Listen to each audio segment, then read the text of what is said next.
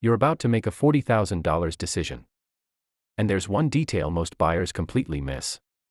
Over the past few weeks, I looked at real-world EV battery data from brands like Tesla, BYD, Ford, and Hyundai.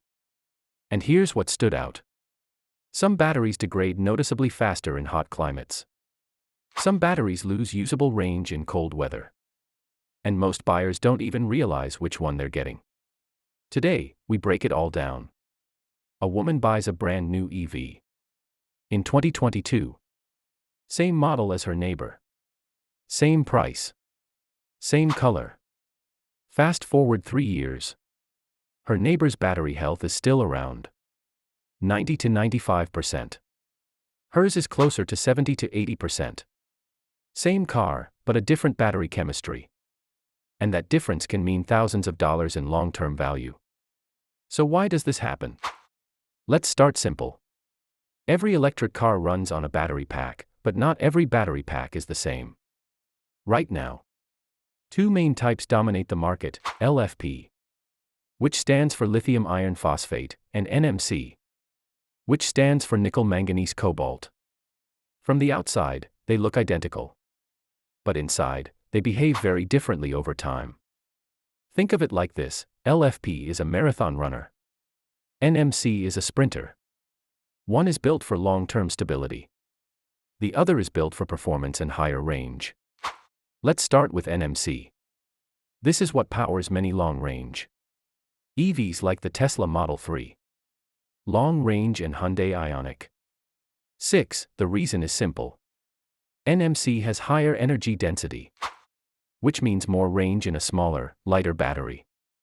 That's why these cars can easily push beyond 300 miles on a single charge. But there's a trade-off. NMC batteries are more sensitive to heat, frequent fast charging, and regularly charging to 100%. Under these conditions, they can degrade faster over time compared to other battery types.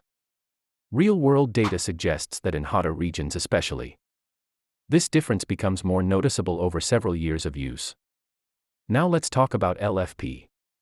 This is the battery used in vehicles like the Tesla Model 3 standard range and many models from BYD. LFP is all about durability. It handles heat better. It typically offers a longer cycle life. It allows more frequent charging to 100%, with less stress on the battery.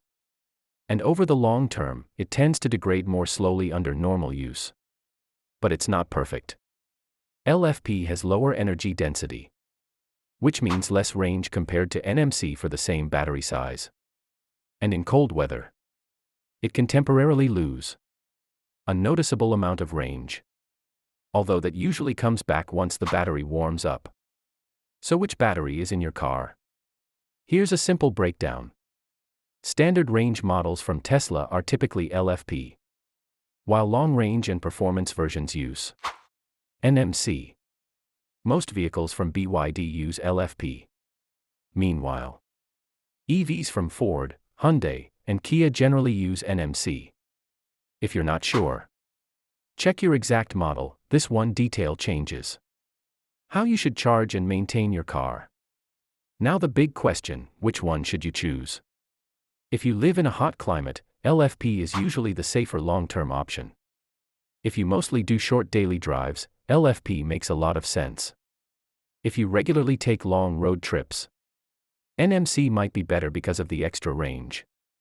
And if you're planning to keep your EV for many years, LFP has a strong advantage in durability. The bottom line is this: the battery inside your EV isn't just a technical detail.